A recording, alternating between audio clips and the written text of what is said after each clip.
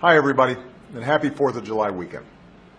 On Monday, Michelle, Malia, Sasha, and I will celebrate the 4th just like most of you, in the backyard. We'll hang out with family and friends, throw some burgers and dogs on the grill, and watch the fireworks show.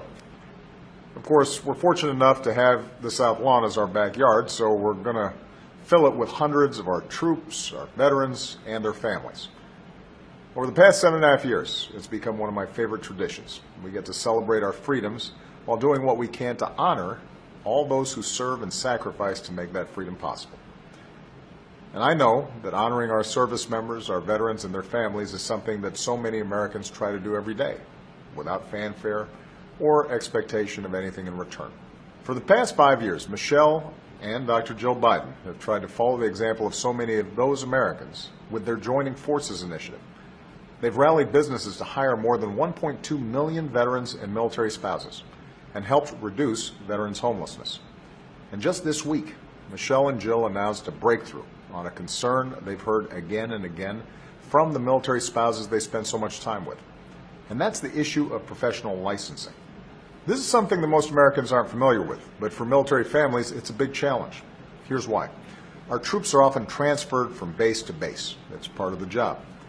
And because their families serve with them, that means their spouses move 10 times more often than the rest of us.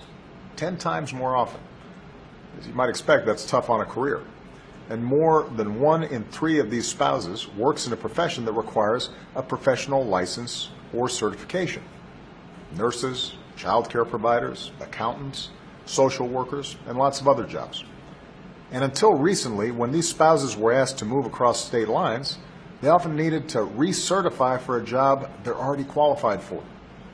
A nurse with years of experience might have to take entry-level courses, or pay a fee, or wait months for paperwork to be processed before he or she could get back to work on the job they love and lets them support their families. It didn't make any sense. So we changed it. When Michelle and Jill took up this cause 5 years ago, only 3 states had taken action on military spouse licensing. But they rallied governors and state legislatures into action. And this week, we reached a milestone. Today, all 50 states have acted to streamline many of these licensing issues. This is a big step forward, but we're not done yet. We're going to keep working with states to make licensing simpler for more jobs and reach more qualified workers. But we can finally say to so many of our military families, when you move, you'll no longer be forced to put the career you love on hold just because you and your family have chosen to serve this country. That's what this is all about, serving our men and women in uniform as well as they have served us.